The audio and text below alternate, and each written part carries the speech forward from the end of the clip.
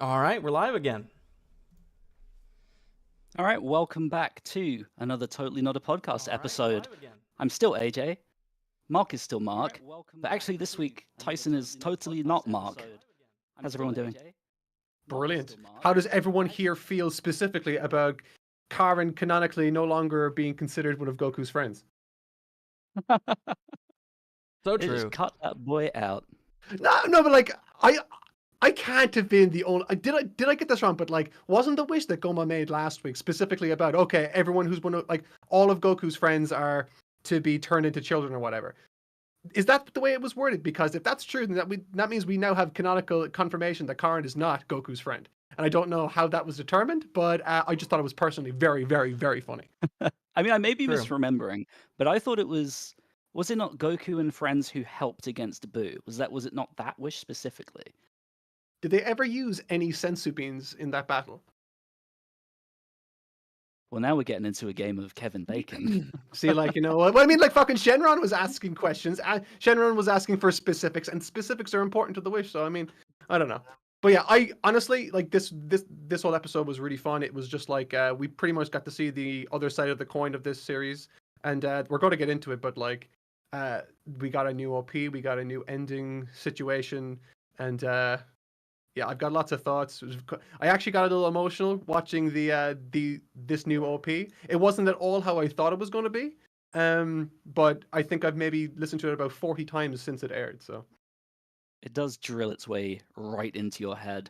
Before we yeah, jump into the main topic, just a note for anyone watching, we do have a Q&A segment towards the end of the stream. If you want to send your super chats in now, you can get first priority. We'll remind you a couple times throughout, and there'll be a little bit of time once we move into the Q&A, but just a heads up on that now. Diving into the episode then, we kick off with one of the funniest revelations I think we've seen from Dragon Ball in a very long time, which is to do with Shenlong and his wishes and his slight preference for certain people. Did we enjoy this? Yeah, it's a really funny bit. It's a really funny bit, but it also kind of explains why there was only one wish from Shenron in the Broly movie as well, didn't it? I mean, technically it does. Like, Yeah, we kind of excused all of when none of the wishes quite added up. We now have yeah, an actual reason. Yeah. and like even in Resurrection F, it holds water because the Pilaf gang made those wishes, and it wasn't their first time. So I mean, come on. Well, they weren't first timers, were they? Isn't that like the But didn't they only get one wish in Resurrection F? yeah, but that does still holds water. It's like, you know, maybe Shenron must like their vibes. I don't know how it works really, but like Yeah. they're technically it still technically holds true. They aren't first timers, and Shenron was not wrong. So like I love how this show is just full of those like Toriyama moments where it's like, I mean, it's technically correct, so I mean it's fine. No. Yeah. So like yeah, all that kind of stuff I just thought was really fun. It still wasn't the funniest part of this episode in my opinion. No. I think maybe you know what the funniest part of this episode was, but if you don't, I'll mention it as soon as you talk about it because it actually got a full belly laugh out of me. It might have been one of the funniest Dragon Ball cutaways that I've maybe ever experienced. So yeah, it's very good. But that particular gag with Shenron, very funny. Yeah, that really screamed Toriyama to me. It reminded me so much of like when you go down to like your local kebab shop and like the boss man in there is like, yeah, you know, for Yeah. you, my friend, extra, no problem. You know, you come here all the time. Like Yeah. I always enjoy Shenlong having more personality than just this like big demon, well, not demon, but you know, big spooky dragon. Yeah, Yeah, absolutely. that will always get a laugh out of me. Oh no, he was great. He was great. No, Yeah, I like, think but yeah, go ahead. I was just gonna say, like, I think what has really stood out to me a lot across these two episodes is that the writing feels very tight. I think oftentimes in Super, not to turn this into a whole Daima versus Super thing, but I think often in Super you would No, do sometimes it, get please. We these. want blood. You would always get these sort of lore drops that then wouldn't get expanded on to handle some of the technicalities that Yeah. you know the average person doesn't care about but does matter. And I think this episode, aside from you know the Shenlong stuff, also does a really good job with something that it revealed only one episode ago, which is Neva's ability to restore the Dragon Balls. A lot of people were like, oh, he can just spam wishes now, right? And Yeah. then it just immediately it's like, no, he can't do that back to back. Like it covers itself completely from the get go, and I Yeah, really yeah, like no. that tight writing. Yeah, no, it's funny, right? I was actually I decided to take notes this week because I wanted to make sure that everything that actually, really kind of made an impression on me was written down. The first thing that I wrote down after Goma expressed concern of like, wait, I don't get more wishes, was like, why didn't just Neba just like, get the Dragon Balls again? But immediately, like you said, right afterwards, it just gets corrected, it gets dealt with. So there's no kind of like guesswork. You're just like, oh, okay, that I guess that's how it works. And it's like, it becomes less of an issue. On the writing front, there's like a narrative kind of like I feel like this episode, where the first one was like sort of setting the dinner table for the big bad, this new character that we've been introduced to. This episode very much felt like we're setting the table for the main cast, where they've almost been split up into two parties. But before we get into like the nitty gritty of what specifically happens in the episode, we do have Tyson, and Tyson knows, like, everyone knows AJ is like really the guy for animation and all that kind of information. I'm sure he'll have plenty to say about that later on. But one thing before we actually get into the story proper, we did get a new OP, and I would love to know what Tyson thought of the new OP song. Well, we heard the OP last week at the end, But like, at least. is this not the first time we see it in its entirety? No, yeah, this is the first time we've seen it, including the visuals and all that. We also got a Yeah. new ending theme. Yeah, we did. The visuals on that are really great. I'm not as big on the music for the ending theme. Okay. But the music, John Jacka John, is so catchy. I wasn't a like instant fan of it necessarily, but the more I listen to it, the more I've really come around to its very whimsical vibes. Yeah, no, that's like literally the exact same thing with me. When I first heard it, I was like, "Huh, I guess this could work." And then I listened to it again, and immediately it's an earworm, and it gets better and better and better. For me, like, it's like literally been a song that's been on loop in my head for like the last 2 or 3 hours. But one thing that I saw that was actually, I'm not sure how accurate or relevant this is, but one thing I noticed that I thought would have been, oh, that's really cool, is someone under the comments of the video that I was watching. It was uploaded to YouTube. I'm not sure by who. It might have been a Toriyama official, a Toei Animation official channel. But one of the people that commented underneath it said that Akira Toriyama's name is actually in the in the lyrics, and I thought, oh, that's a lovely touch. And when I read it and listened for it, yeah, there's a lot of little homages. Toriyama's name is hidden throughout the OP, which is fun.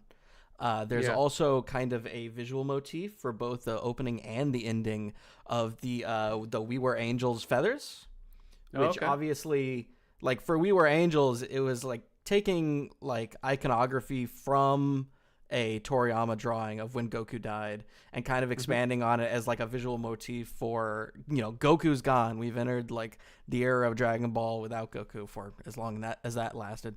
So it does seem nice and appropriate that they've kind of reappropriated that iconography for what seems to be openings and endings that are kind of homaging Toriyama and hiding his name in.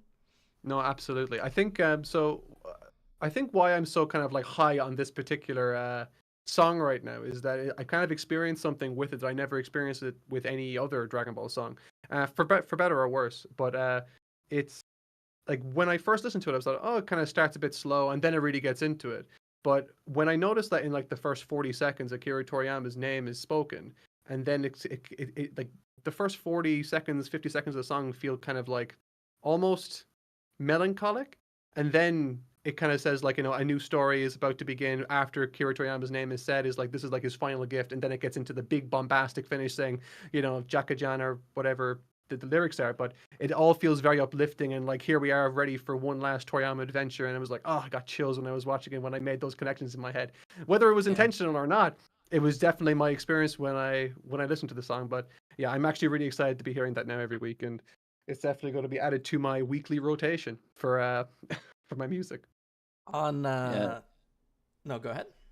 No, I was just say, yeah, it's a really nice song, and like you said, like, it has that nice sort of whimsical quality, and then you get into like the big chorus, and from then on, and it has all these really nice visual motifs. The ending, focusing less on the song there, the song is fine. It's not as good as the opening, but the ending visuals I really, really enjoyed. Other than obviously being drawn super well, it's nice to see just how many like little GT references there are there. Yes. Uh, Yeah. which I think is cute to sort of. I mean, they're great in their own right, but I think it's nice to sort of poke at the little stuff that it's pulling from, obviously, from some of the concepts that this series is riding on. I Hmm. thought that was really sweet. Absolutely. But speaking of GT, one thing that I'm really happy that this series has that GT kind of really didn't was like an actual good motivation to get the guys out into the adventure and really kind of like look after, like go after Goma and figure out the solution to their pretty much all their problems. Like Dende is like kidnapped by Goma and is a baby. So we've never seen Dende like this. Uh, but more than that, I I'd, I'd like to get your guys' impressions of this, but like, how do you guys feel about the entire cast being changed into children? Do you think that offers anything unique to the story that maybe we haven't gotten to experience before, or how did you feel about that? It was fine with it. I mean, I had a note down here about Dende specifically, Mm. which is that, if you think about his age, I mean, he should be around the same age as Gohan, but then he is now a baby, which I don't think is a mistake. I think that's like something that was always really funny to me in the Buu arc, if you read the manga, is that Hmm. he he often changes from like the height we see him in like Super Battle of Gods and now this to the sort of the teeny larger size that we saw in GT and the Yeah. Buu arc and whatnot in the anime. It's funny to see that bounce around. I guess we just accept that like his appearance and aging process is actually different, and that's fine. He's a baby now. Mm. But yeah, the kid stuff is fun. Uh, I laughed so hard at Roshi. I did not expect Roshi to be quite so funny. Like we obviously saw a glimpse of him in the trailers where he looked a bit like Krillin, and it was like, okay, fine, that's a little funny thing. But then he takes his glasses off, and he almost looks like chubby Saitama. Like I he's literally had that written so down. funny. Yeah, I literally had like Yeah. literally Roshi without glasses looks like Saitama. I also noticed that like so one of the things that I was kind of apprehensive of was it Ryo Horikawa? Is that the voice actor for Vegeta? Yep. Yeah, I thought he actually sounded pretty good. I didn't dislike his performance as Kid Vegeta at all. Well, Well, there's a that's reason because for it's that. not him. Yeah. That's really interesting. I didn't know that. That makes a lot more sense now. Yeah, so All, that's the crazy all thing. yeah. Go for it. Yeah, I was just gonna say all of the cast, barring Nozawa, has been replaced for their kids' versions, which is kind of crazy because I don't think a lot of people realize that. They're very well matched. I certainly didn't notice like at all. So that like that's kind of sad in one way. But because I think what threw me off was like obviously it was Masako Nozawa doing Goku, and I just presumed everyone else was going to be falling in line. And when I heard, uh, what I thought was Ryo Horikawa's performance, I was like, damn, this guy's fucking nailing it. It's like, oh, so like, yeah, no, apparently that is not the case. So. Sorry for him, but I guess there'll be more opportunities for him in the Yeah, future. he's fine. Yeah, but like one thing that I did certainly really enjoy about at least the opening part of this episode was that they really took the time to sort of I suppose marinate in the fact that like they have been turned into children, coming to terms with it, figuring it out, having conversations and unique interactions. They weren't like in a rush to, okay, come on, we got to get the plot going. It was just like a really nice downbeat few moments where we got to see all these characters that we've been following for like decades now just all interact in ways that we've never seen them interact before, and just seeing their reactions to being young, some people being like what the hell's going on here, and other people like Bulma or Chi Chi just being like, you know what, I can get down with this. I like this. I like the fact that I'm younger and all that kind of stuff. So like I like that whole situation because it was another great opportunity for Akira Toriyama just to kind of flex his character writing and just showing that like all of these characters are distinct, they're all different, and they all have different reactions to the exact same experience that they're all going on undergoing. Uh, and obviously it has a lot of callbacks and stuff till we obviously are very familiar with Kid Krillin. We're obviously very familiar with people like obviously Goku and all the people that were in the early portion of Dragon Ball. But we also get like stuff from Mr. Satan as a kid, flexing and trying to like big himself up in front of people like Vegeta and Piccolo. And for whatever reason, when he's doing it as a kid, it takes on this whole new energy that to me Yeah. feels funnier. And I don't know how to communicate that other than just it felt funnier. But yeah, I really Yeah, liked it's really it. good. It's really good. I think it also ties into the tight writing that I was talking about. Like, Mhm. I think myself, and I know some other people last week, not necessarily groaned, but went, okay, we're wishing to make them small because strength stuff. Yeah. And I think it's very tempting to just leave it there. That's it. Okay, they're slightly weaker, whatever. We continue on as normal. Like you said, we actually explore that in this episode. We get to see that everyone is struggling with this new size. It's not just, okay, this invisible power level number has decreased. It's, we're struggling to fly. Our limbs are different lengths, so it's hard to know how to hit things. Like that was my favorite thing. That was my favorite thing. Yeah. Like obviously going into this, like I don't know how you felt, honestly, but like one of the things in my mind was like, okay, we're going to do the whole thing. This is going to nerf them. How's this going to play out? Is it going to inform anything in the story, or is it just going to be like this restrictor that will be hanging over the entire tale while we just, have to just make good and just, okay, whatever, it is what it is. But when Goku tried to obviously there's like, just to catch us up in the context of the situation, they need to get to the demon realm or whatever, and Bulma is now fixing the ship. All of these restrictions that are now on them serve a purpose. Like, Goku can't just use instant transmission to get somewhere. Now he has to rely on the wider group to solve the problem. And immediately I felt like, oh, we're going back into old school Dragon Ball, but not just in a visual capacity, in a way that actually gives everyone in the cast that little bit more of a nostalgic energy. Like, Bulma has a greater utility. Obviously, you have, like, characters like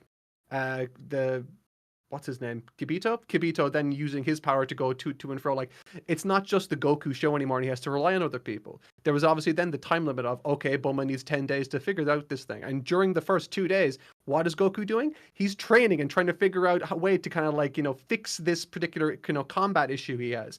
And when he gets to the point and just like, is trying to like, test his strength or punch a pole, he comes up short. And that makes total sense, because it even plays into what, Dragon Ball Super was trying to do with the whole thing about muscle memory and just understanding your own body such that you don't need to think anymore. But Goku's in a completely different body now. And so obviously he's going to have old habits that will invariably make his time fighting so much harder. And when it came time for him to solve that particular reach issue, I was like, that's a great idea. And obviously then it kind of led to one of the funniest cutaways I've seen in the entire series.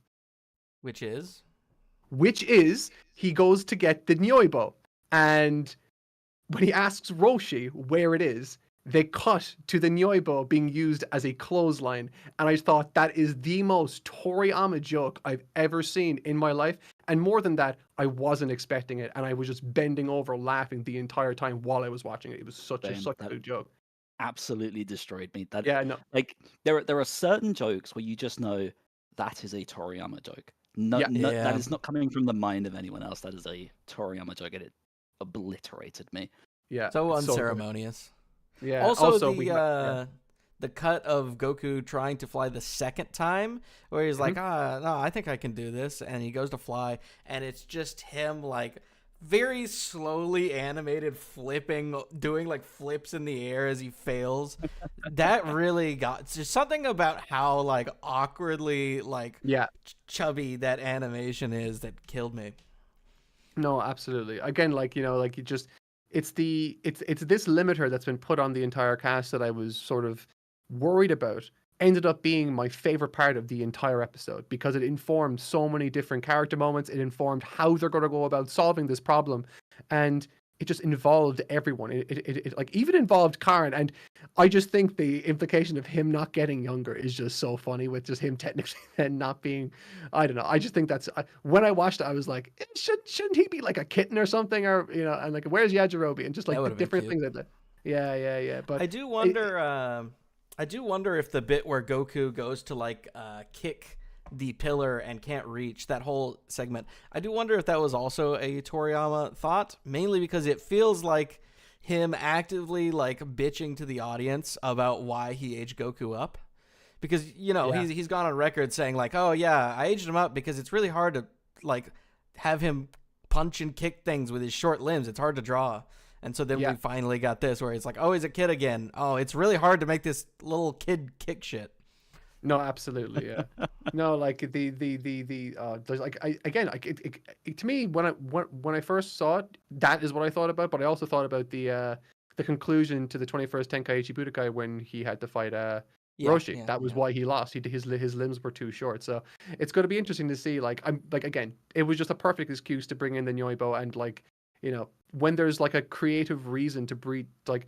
Obviously, I think like any Dragon Ball fan, I'm interested in seeing these old sort of relics, like these narrative relics from the past, be dug up and to be reused again in a different way. But it always has to be in a tasteful way. It can't just be there for the sake of being there. And like AJ said, all of this feels so like thoughtfully integrated into the story. And like again, like I said, then it just informs like a lot of the conflict and resolution that we see in this episode. To be honest, this was like a very satisfying episode for me. I don't think I have any issues with it personally, but yeah, I just very much enjoyed it. Now we've mentioned a lot of children so far, Hmm. but I don't think we've mentioned arguably maybe not the funniest, but the most shocking. Baby Popo.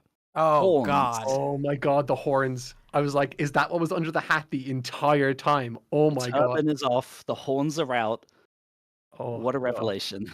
That's Yeah. amazing. Did anyone see what happened to the hat? What do you No. mean? Because no, because like okay.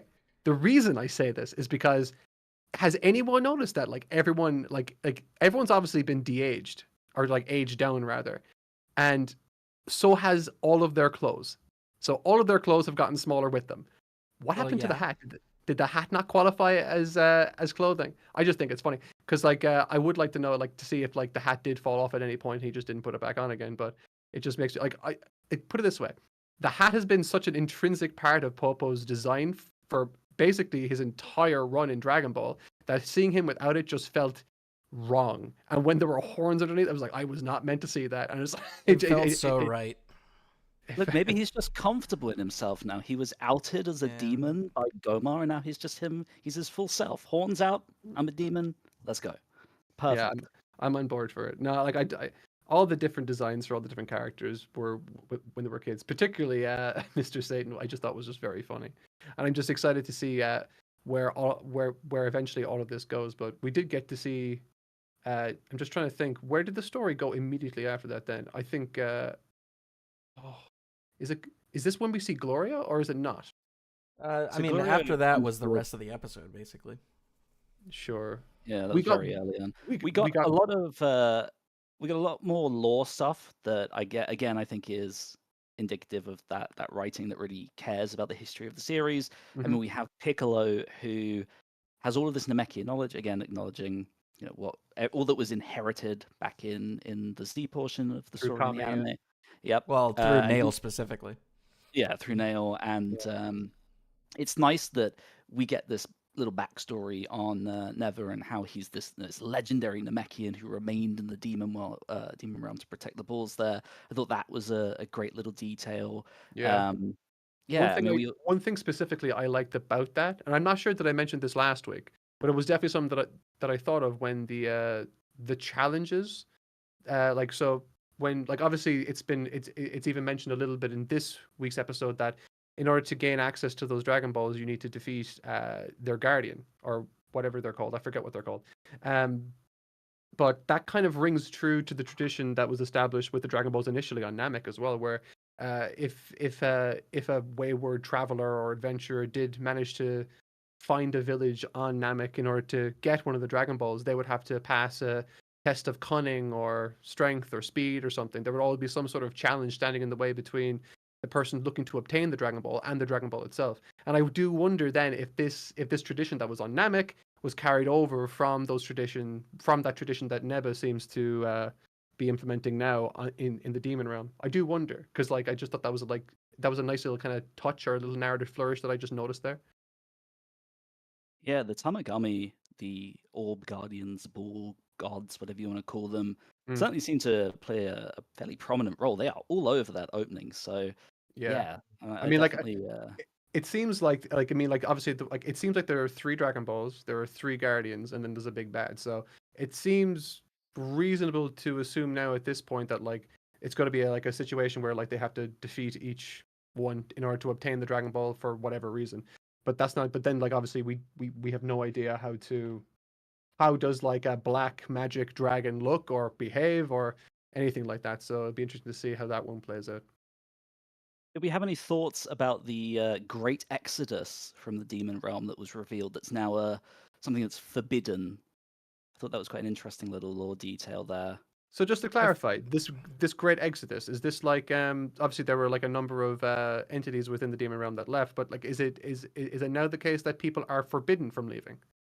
Yes, Yeah. so they say that you could go to and from freely, and a bunch of people left, and then it was forbidden and locked down. Okay. No, Which I is didn't why know they that. had to consult with the little fishy boy. That makes sense.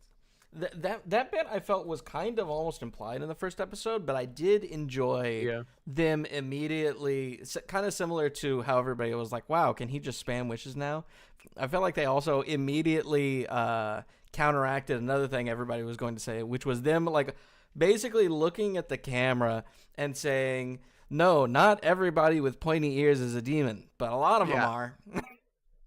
Hey, I got that too, but Supreme Kai's reaction to seeing someone with pointing ears, that being Gloria, was like, "You must be a demon." So there must be the vast majority of them. So I'm dead right. Okay, if he's going to assume that people are demons with pointy ears, I'm going to do the same. I think First of all, that's a little racist on his part. Second, also he did see him come in the demon ship. That was the main indicator. I feel like Actually, I think you'll find the that it's same not. ship. I think you'll find that it's not a ship; it's a plane, as Gloria outlined a number of times. That's true. See? It's a plane. Yeah, You just not don't a listen. ship. You just don't listen. That was a good joke. The if it goes in space, it's a spaceship. Well, it doesn't Yeah, yeah. usually go in space. One thing I will say though about like going back for like just for a second for the last episode, I was asking questions. Is this still technically within the universe of Dragon Ball Super? They mentioned Universe 7 when they're going to Earth. So Yep. Universe 7 was never mentioned prior to Super, was it? No. Well, prior to Battle of God. Yeah, Battle of Gods, which was technically a Z product, and Sure, is but, always like- internally considered a Z product. But Right, yes, but that the- was the first time it was mentioned. Yeah, but the implication then would be that like, okay, well then I guess there are gods of destruction and Whis and all that kind of stuff are technically present in this universe, if by no other reason than like the fact that we're talking about Universe 7, right? Maybe. Maybe I don't know. I don't think there's anything that's hard, concrete evidence yet. It's not like Kaioshin has mentioned like, oh yeah, I'm gonna take off. By the way, make sure that Beerus guy doesn't die. But yeah. No, that makes sense. definitely makes sense. shared-ish. Mm-hmm. How do we feel about the revelation of this new character, Gloria? Yeah, Glorio, I like. Well, I say I like him. We don't really know who he is yet, but I think I like what he introduces. You know, Yeah. he drops all of these little hints about the world. He also drops a few porky pies. He also says a few tall tales. Yeah, so he mentions a king who is separate from King Gomar, which is an interesting little tidbit. Mhm. Tells his potentially a little lie about being sent here to. Yeah. Yeah, I think it's interesting. If that is true, then it explains why he was hiding and sneaking around the palace, doing his little Han Solo Yeah. sneaky stuff. Yeah, Like, if for no other reason, I just like what his involvement does to the story now. I was really worried because in all the trailers, it seemed like Goku was like the primary focus and that there would be this whole new cast of characters. But what's actually happening, or at least what's being implied to happen right now, is that they're going to be split up into two different parties, and Vegeta and Piccolo and Bulma and co are going to show up later. And that'll obviously give Vegeta a prime opportunity to do what Vegeta always does best, which is just show up at like, you know, the perfect time to make the save on Goku when he so desperately needs it. I'm just waiting for that kind of moment to happen. Outside of that, I did also notice at the fact that now that Glorio is taking Goku and Supreme Kai to the Demon Realm, is this like one of the first times that is this one of the first times in a while where Goku is like in the action first? Because usually, Z was always like thinking of ways to kind of like bench him for like a certain amount of time before eventually then just like bringing him in to save the day at the very end. He was first for Battle of Gods. That doesn't count. That's later. That's later. I'm talking about Z. Oh, Well, you said in a long He was while, so I assumed we were talking yeah, real yeah, yeah. lifetime. No. Yeah, Z. He was first for Raditz. He was late for Vegeta. He was late for Frieza. He was late for. Ginyu I mean, Force.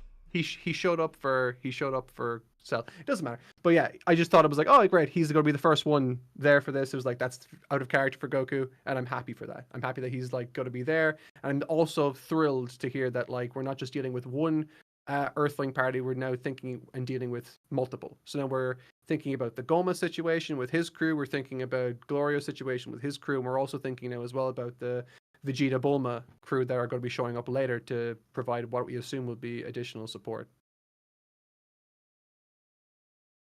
Yeah, I did at least think it was nice that we're getting the like second crew later, because one of the common complaints with GT was that it really kind of stings to have so much of the rest of the crew just go completely unincluded, other than Goku, Pan, and Trunks. And so we're No, kind of absolutely. getting some of that early on, I would assume, in Daima, where it's just going to be Goku, Glorio, and Shin, Yeah. and that other, and Pansy, who we've seen now in the opening, but not in the actual show. Yeah, Uh, absolutely. Oh, by the way, if we're saying anything during this live stream that you disagree with or would like further clarification on, by all means, at the end of this entire segment, we're going to be having a Q&A section. So if you have any questions that you want us to answer or have any sort of things that you want us to read and shout out, you can just send us a super chat and we'll read them out during that segment. But when it comes to Glorio and his whole shtick, one thing that I'm happy that he isn't, because again, I'm not sure if anyone else felt this way when they first like maybe saw some concept art or whatever online, that like I kind of like, oh, is this going to be like a Trunks kind of like situation where he's like he felt like this version's Trunks, and I was like, no, he's definitely his own character. He definitely feels very distinct again to everyone that we've seen so far, and I'm very pleased so far with his introduction and the fact that he has this little kind of air of complexity where we aren't sure if he's trustworthy and all that kind of stuff. Is he playing both sides? Is he being sort of like this kind of anti-hero character? But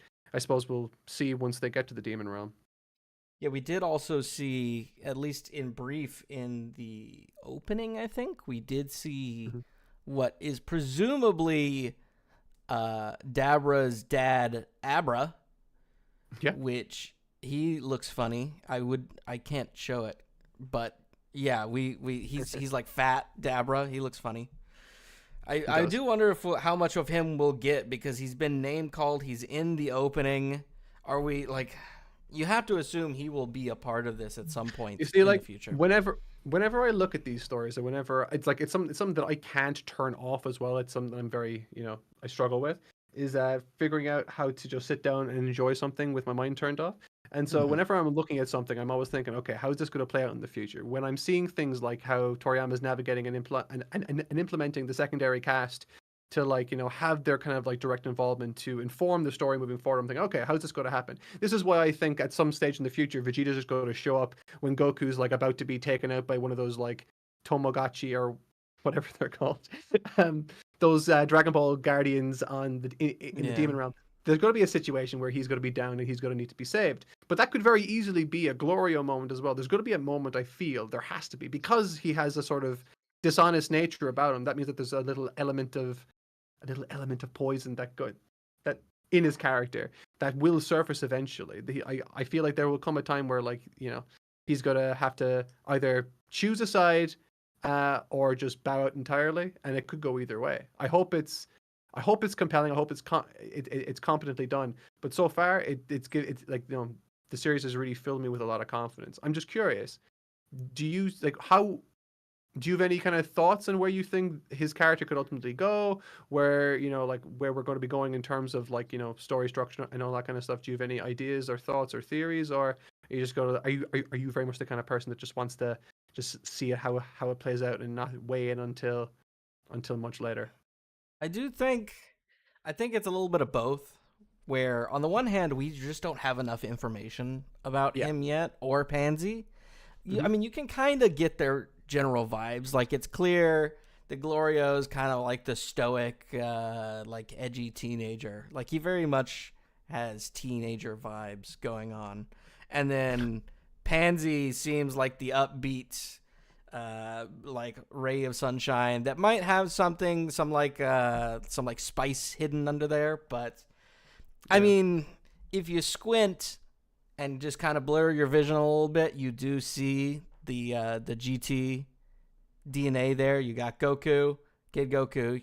You've got the slightly edgy teen figure who is much taller than everyone else in Glorio, and then you have the female child girl who is all bright and bubbly, but maybe has something else going on. Like it's, if you squint hard enough, it's there. That's one of the things though from the opening that I thought was really cute. It was the like it's something I didn't consider. Another big kind of like, you know, a narrative thing that's in Glorio's favor is that because the entire cast now is children, he's basically this like, you know, de facto babysitter dealing with all of these like fucking 6 and 7 year olds just trying to get his shit done. Like there's a point there's a point in the OP specifically where like all of them are like walking across the street and Glorio's just kind of like, oh, okay, we're walking this way, I guess, kind of thing. Because obviously Goku has the impulse of a 2-year-old, regardless of how, you know, like how old he is technically. So I don't know. I just think it's been really it's been really fun. I'm just really excited for next week because we're finally getting to go to the Demon Realm. But in terms of setup for this week, I just think I got everything that I could have ever wished for and more. I do very, very much, especially after this episode. I very much feel / theorize that these first 2 episodes might have initially been planned to be dumped at once. Because, of course, we know that originally Daima, which was originally titled Magic, was meant to be a web series. And I was kind of thinking about this when watching the first episode because it's paced kind of oddly, even with the opening stuff with all the flashback.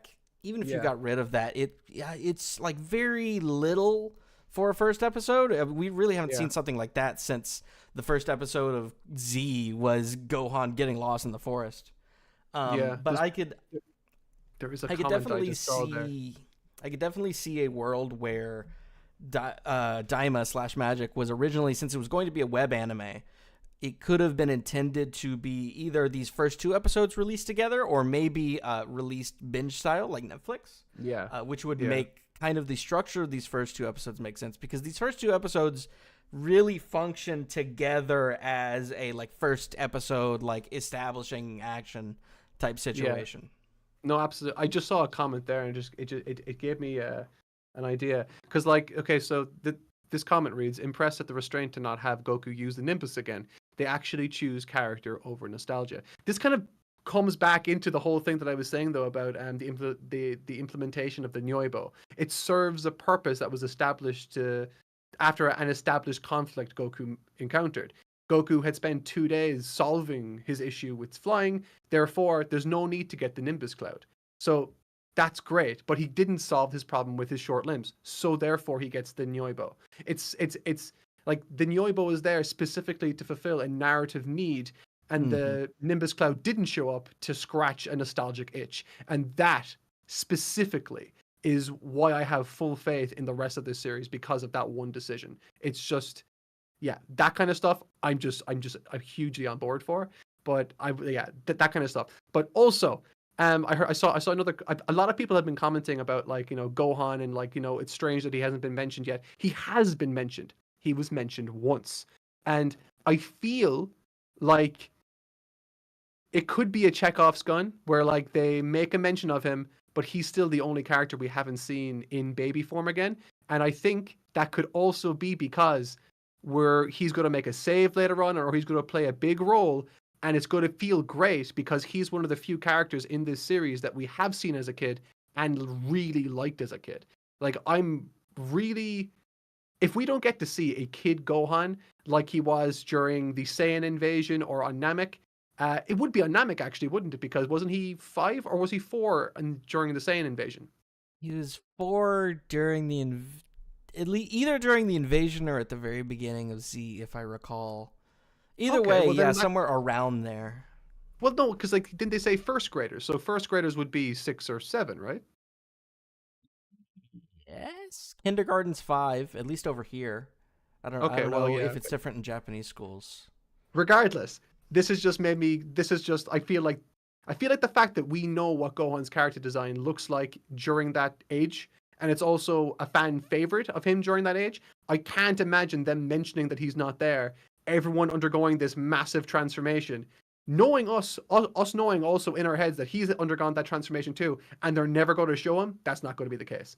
They're definitely going to have to show Gohan at some point. Maybe. I would I be would be very surprised if so they didn't. surprised if they showed him. I would. I would be surprised. I feel like it is Really? so on brand for Toriyama to be like, he's doing studying stuff. We don't need to worry Yeah. about him for now. Because I don't know. I guess like, I just have this vision of him thinking about the. I mean, I'm hesitant to call it an arc for Gohan after this because it's kind of a Oh, little bit true. Yeah, you have to it's a consider that little stuff bit as well. cyclical. Yeah, I sort of, yeah, I guess I picture Toriyama thinking, well, I don't want to undo that stuff, Yeah.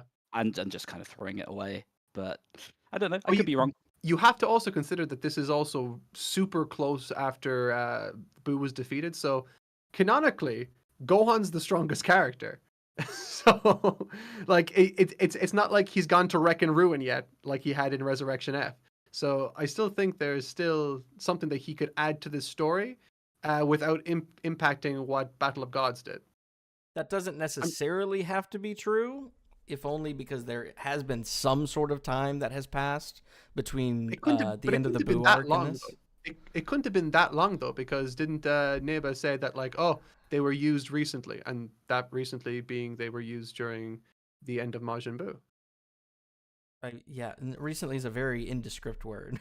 Right. Okay, but it's probably within like 6 months or a year at the Says very least. maybe, even if It it has is to a be within year. a year. Well, no, because the time skip from Boo to Battle of Gods is what, 3 years? Am I making that up? It's 4 years. 4 years. So Yeah. it doesn't have to be within a month, but even if that's, or within a year rather. Well, no, it But would because even the Dragon Balls hadn't been returned to normal that's yet. true. Yeah, they hadn't been returned, so it's within a year. Even Yeah. still, that's plenty of time for Toriyama to be like, yeah, Gohan hasn't really trained in the Yeah, last Gohan got skinny. 12, And he got 11 fat. months. Yeah, 11 months. Yeah. All right. I don't know. I don't. Yeah. Whatever. Yeah. Okay, do we want to move into the super chats now, or do we have any closing thoughts on the episode as a whole? I I mean, think. personally, I Yeah. really enjoyed it. I Mhm. completely agree with what you were saying about it almost certainly being planned as one episode. Mhm. You know, just to quickly add on to the end of that, it was storyboarded by the same person, the first two episodes, which is, I mean, it remains to be seen whether that will be a case, whether he does like quite a lot of double bills, but I get the sense that it was probably planned as one episode and then maybe divided later. It's just a guess, I don't know. Okay. That would make sense. That would make sense. But It's yeah, I narratively mean, well played out. as a two-parter, yeah, I really enjoyed it. I think it's such a great setup. Yeah. Brilliant. I thought, yeah, no, definitely just to give my quick thoughts on the episode. Super funny. Got an absolute belly laugh out of me. I think the funny implication that Karen isn't Goku's friend is funny, and I will continue to reference it for the rest of my career. And just in terms of how Toriyama's going about using, like, he's choosing narrative purpose over just pure nostalgia bait. And I just think that's great. I just love that about this particular story. And obviously, we could talk all day about the visuals and how, like, they did another few cutaway scenes from the Boo saga that we'd never seen before. And, it looked gorgeous. But yeah, just seeing everyone as kids, I feel there's like such a unique opportunity here for some really great storytelling, both emotional or otherwise, with everyone in the crew being children. So I actually am very excited to see where we go next week, because it seems we're going to the demon realm. So yeah, That's true. I yeah. the only thing, the biggest thing that I feel that we're overlooking is the actual best joke, running joke of the episode, which is Bulma using Kibito as her Uber Eats driver, which is extremely funny. I laughed every Yes. time. Again, this is like, oh, I don't know. I genuinely think that this would have been such a great two-parter, and this being the second half of it. Yeah, it's just such a funny, so many funny jokes. The Nyoibo being the being the clothesline for Roshi is just it just oozes with Toriyama, and I just like, I could just see him obsessing about the framing of this joke, and everyone getting frustrated with him. Oh, it's so obviously it's bittersweet knowing that we'll never see, another new Dragon Ball property, but it's all the more reason then to just relish this one and enjoy it for what it is, because, it truly is worth admiring so far anyway, for sure. All right, I guess it's time for super chats. Mark already mentioned it a couple times, but I will just reiterate now that we're actually in the section. Send in a super chat. We will respond to it unless it's filled with evil things or racial slurs, and then we'll ban you to HFIL. Let's see. Look, if we had an HFIL, I like to think we would ban people to it. Okay. Let's see here. Thomas the Gintama sent in, not gonna lie, I teared up a bit seeing the OP and reading its translation. Yeah. It's good. I'll say one other thing that actually legitimately, like, I did like the opening, but I really genuinely almost teared up watching the section where, like, Goku's gone and got the Nyobo, and then he's just like, it's like the Takahashi cut where he's spinning all over the place and doing sick moves. I don't know, something about seeing Kid Goku doing cool tricks with the Nyoibo again, like, really just got me insanely nostalgic. It was great to see. 100%. It was it was also really nice seeing him just kind of like say, "Hey guys, check me out! Look at this thing! Isn't this look cool?" at this! Look at that! The whole episode, actually, I was getting really strong, like, hey, Mom, look at this vibes from Goku, where, like, Piccolo and Vegeta and Shin and everybody are, like, at this table trying to strategize what they're going to do. Goku's just in the background, like, fucking punching the air, trying to break the lookout and shit. And like, look at this, guys. But the best part is that you're all, like, at least for me, I was always acutely aware of, like, this is just how Goku would act as an adult. It just takes on a different energy and air. It almost feels more fun and excusable when he's doing it as a kid. And 100%. It's just, like, yeah. But, like, in terms of emotional, I think I definitely got emotional when I was watching, or I think maybe it was the second or third time I saw the opening, and I was just, and I realized, like, some of the lyrics and some of the references that you mentioned, Tyson, as well. Like, it especially with the way the actual song is structured, where it starts off quite slow and sort of almost sad, and then it just says we're going to go on a new story or whatever, and then just boom, we go into this big triumphant kind of like almost adventure beat, and it's just it's just like, let's really relish this moment and see where we go. Could be great. Yeah, I think for me, the emotional gut punch was definitely that feather motif. I mean, we mentioned earlier, it's obviously partly a reference to We Were Angels, that, the iconic illustration of Goku with the wings, but I think more than that, you can tell me if you think I'm reading too much into it, but those feathers amass into a bird that's flying away, and Toriyama's studio was Bird Studio, so Yeah. I have to wonder 100% if think that was a tribute.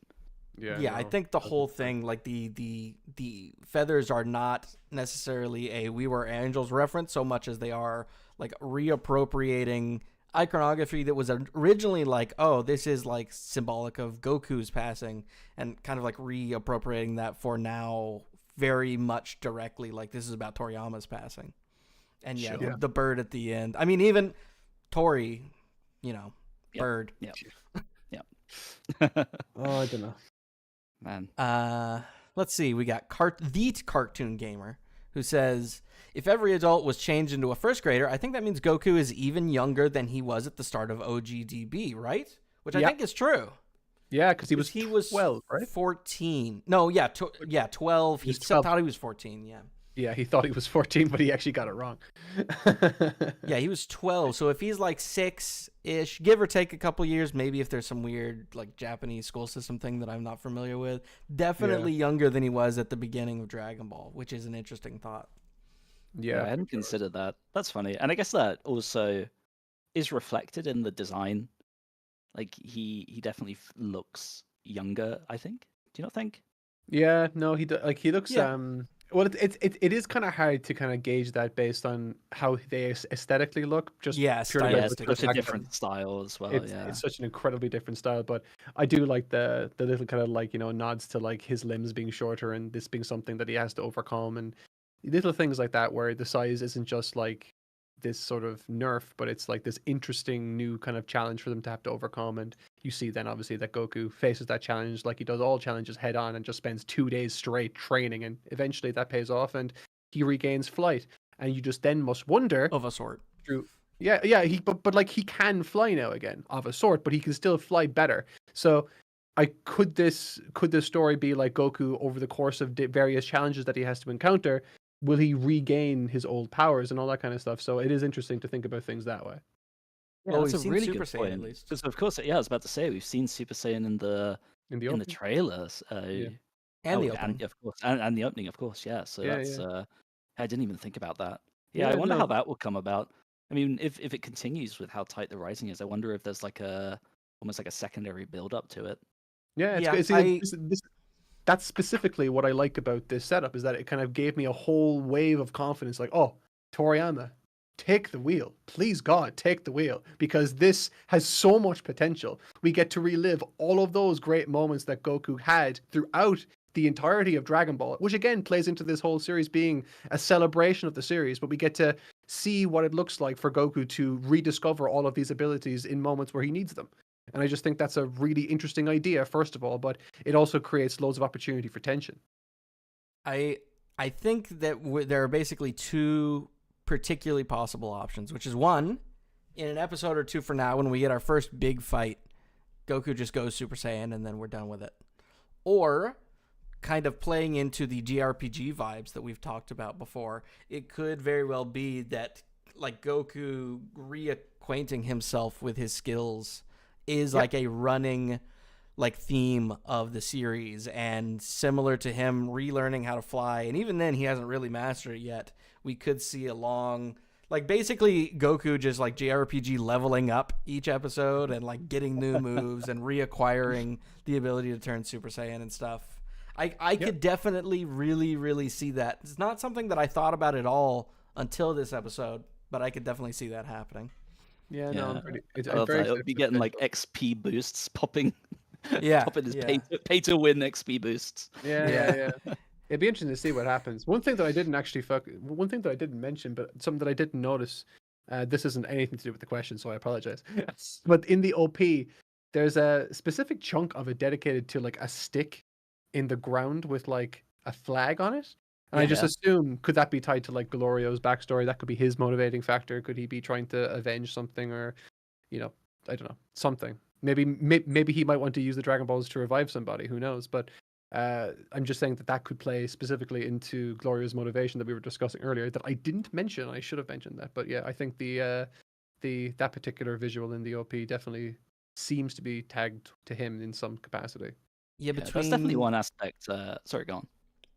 Oh no, I was just gonna say between that, the Abra reveal, showing the Super Saiyans, and Pansy, we're definitely back to the good old days of openings just showing you a bunch of shit that you haven't seen yet.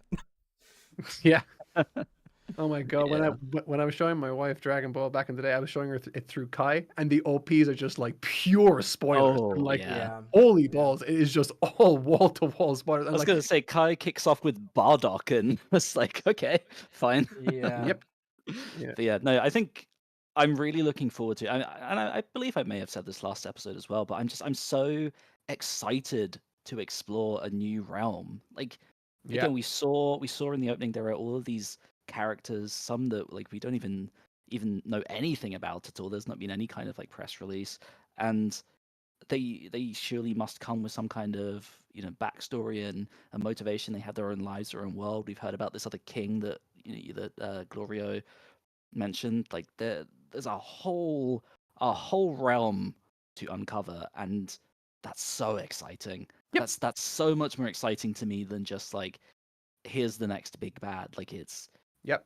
like that's what Daima feels like to me so far. It's we're doing such a big expansion of the Dragon Ball world, which I think is it's that thing that I love so much about Battle of Gods, how that ended, where it's like, oh, there's Yeah. all of these different universes out there, and we can go and Yeah. explore them. And of course, Super didn't really do that. We just kind of got characters from it. Whereas Daima, it's like, well, now we know this thing exists, which we obviously kind of did already, and now we're going to go and explore it and see stuff. And that's so exciting to me. Yeah, and the best part about that entire setup is that, like, while it does do exactly what you're describing there in that, it also doesn't put all of its eggs in one basket. We do have a big bad, and that big bad is We used did. as like an inciting incident that kind of drives the plot forward, but we also get the added benefit of that exploration. We get to have our cake and eat it too. Goku would be so happy about this. Truly. Yeah.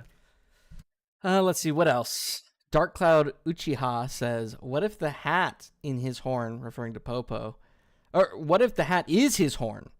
I didn't see it Oh fall my off God, earlier. I have to go stop. back and It's check. No way. Go away. Stop. Get out of It's here. like with it just mad- unravels into two little horns. I know Yeah. last week I had my tinfoil hat on and said like everyone with pointy ears is the imposter or whatever. But like no, I'm get out of here with that bullshit. That no way. His That can't be his turban does have a jewel in it, which would indicate that it's not his horns. But maybe his horns grow into a turban, and at the end he gets a little jewel, or he put the jewel on him. I like that way better He's than a all demons. fashionista. Yeah, dude. Yeah. You know The what? idea Yeah. of him having horns under Draw that the that whole now. time is incredible, though. Draw Popo's hat horns.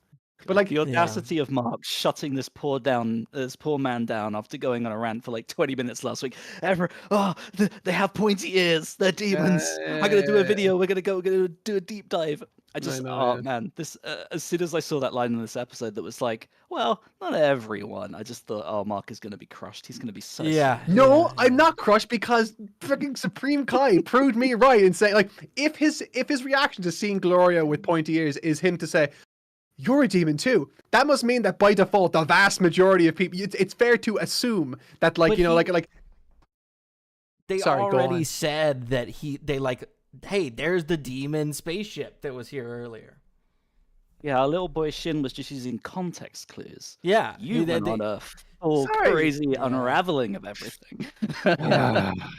They explicitly called that still- out before. Popo's like, He's there's still- the spaceship. Oh, it's a different He color, still, though. but he did also say that most people are.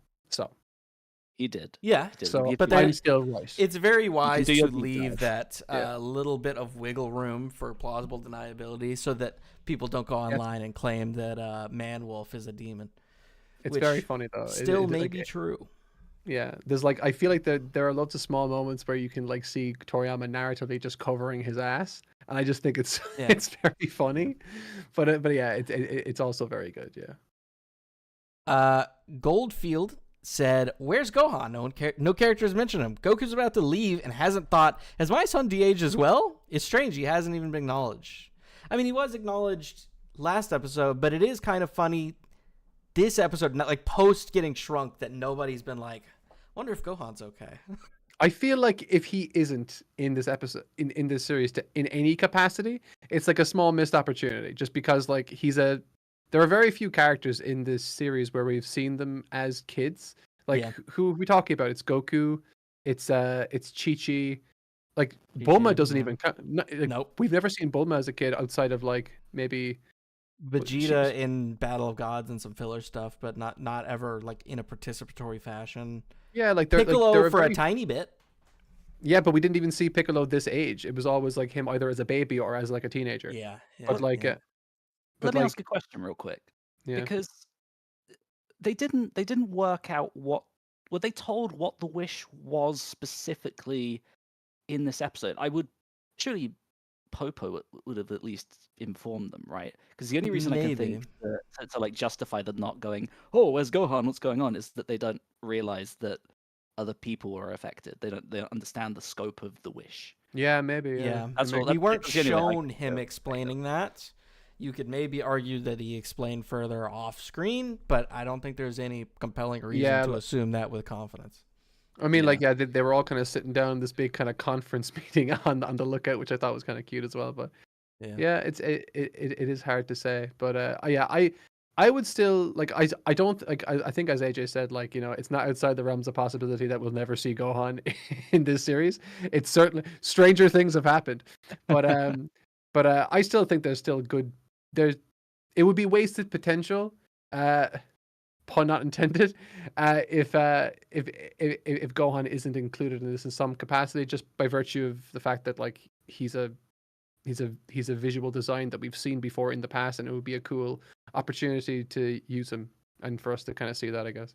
Yeah.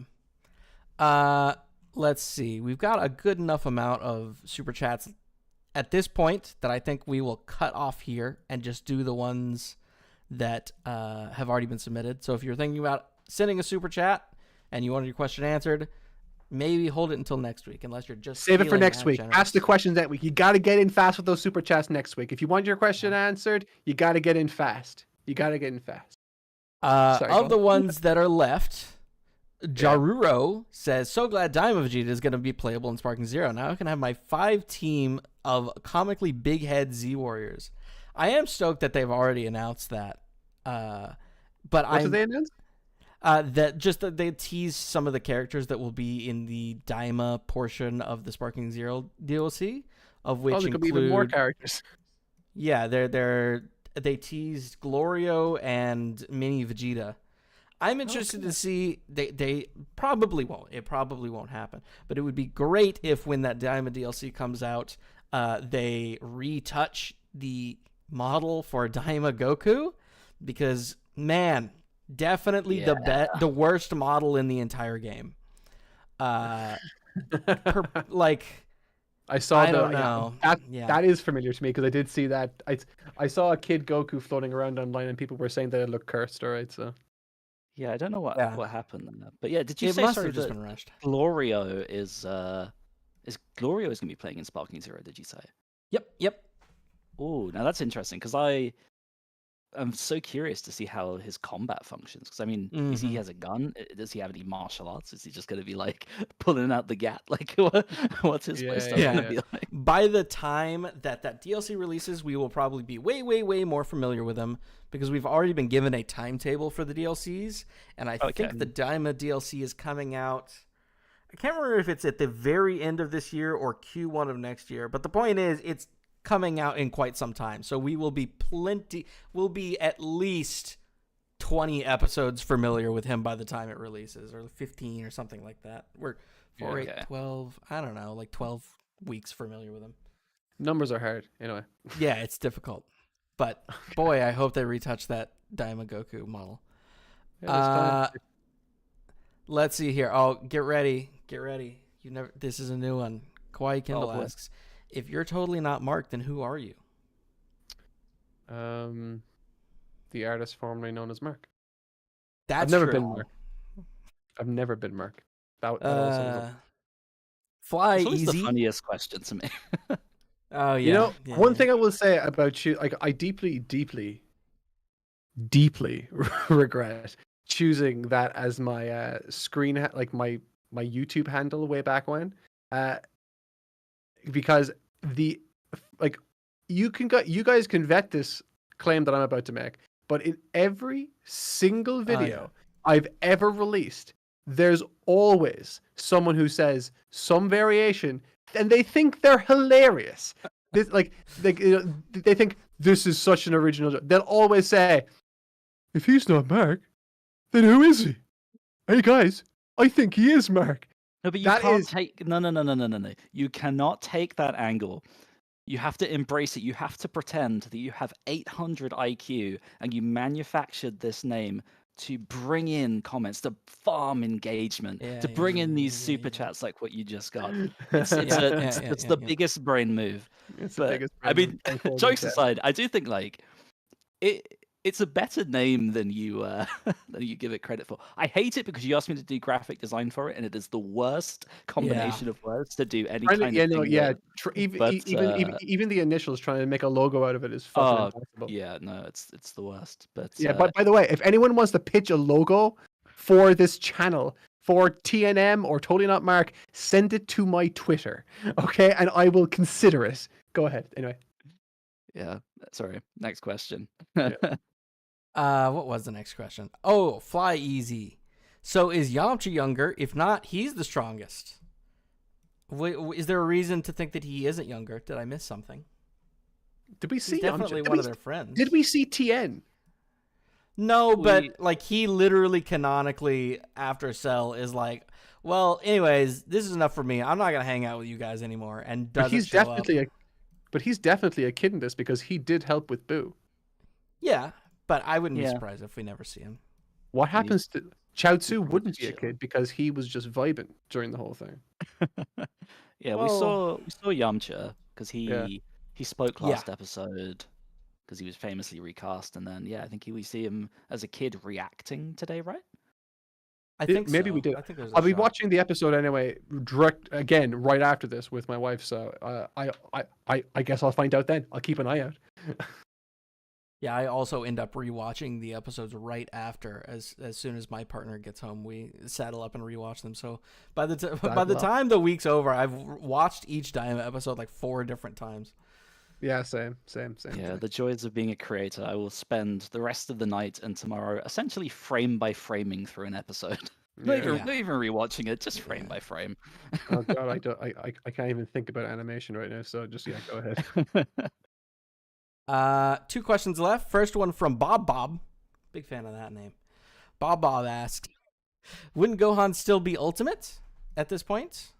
I suppose the exact same thing would have happened. That's happened with Piccolo, with Goku, with Vegeta. They've all kind of like lost their powers, and they would need to come to grips with it again, right? Well, but we don't know that for sure yet because we know Goku goes Super Saiyan at some point. But is it like a thing he has to re-earn, or is he just gonna pop it like a light tomorrow?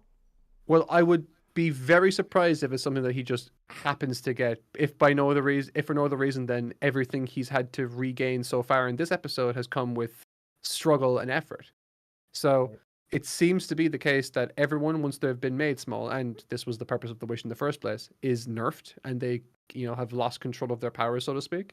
So if nothing else, Gohan is in a position now where he's a kid again, but he also needs to teach himself how to fight again. But he's also, unlike Goku and unlike Vegeta and all of them, he had this like latent potential that was always there. So if he needed to get strong in a pinch, we know he can do it. He's got that in the locker. Except he won't be included because Toriyama said so. Except he won't be in. You're really blackpilling me on this whole thing. So like, I still will hold out hope that we'll get Gohan in this at some point. But here we go. I'll be happy if it does. I love Gohan, but I will be surprised. Yeah. Okay. Final question. Oh, go ahead. Okay. Maybe because this was designed to be an anime, and Masaka Nozawa is doing Goku's voice. What would would there be a big enough difference between Kid Gohan and Kid Goku? 100%.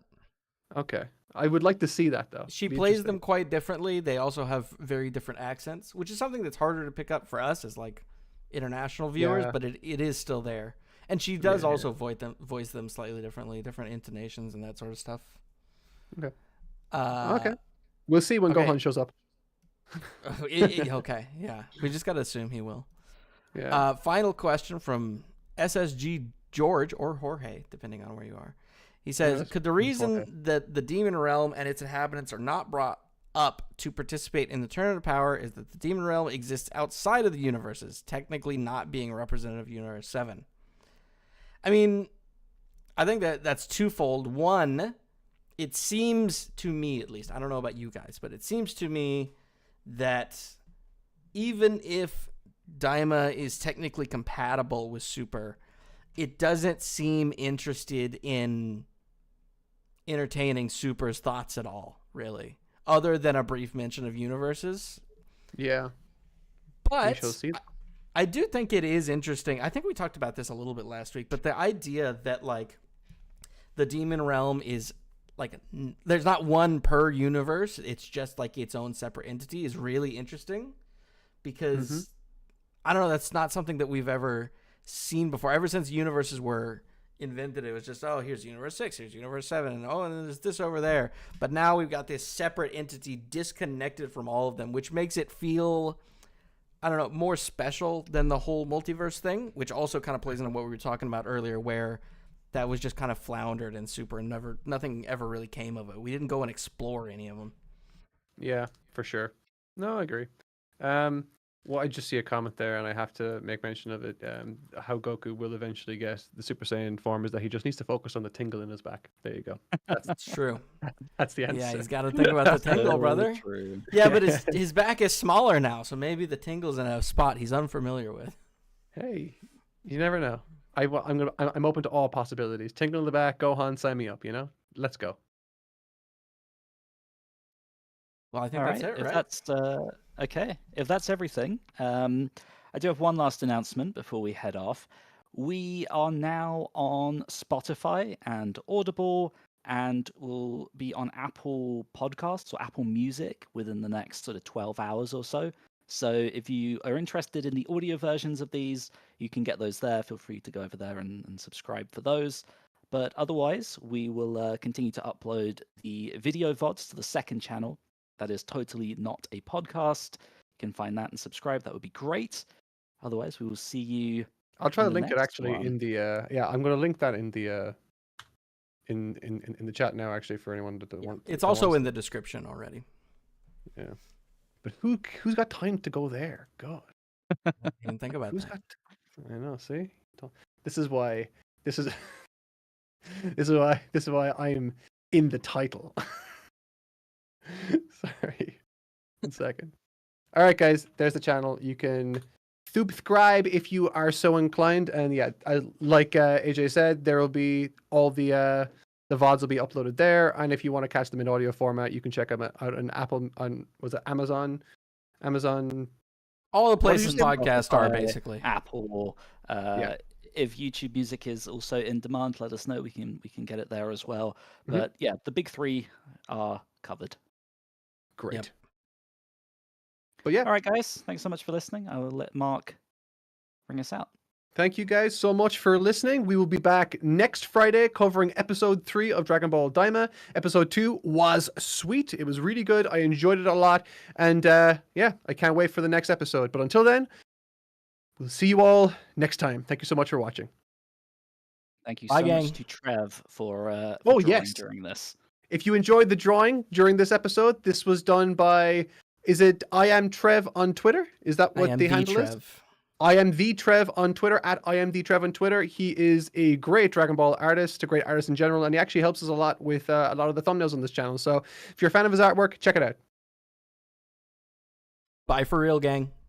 Okay, bye-bye. Bye bye.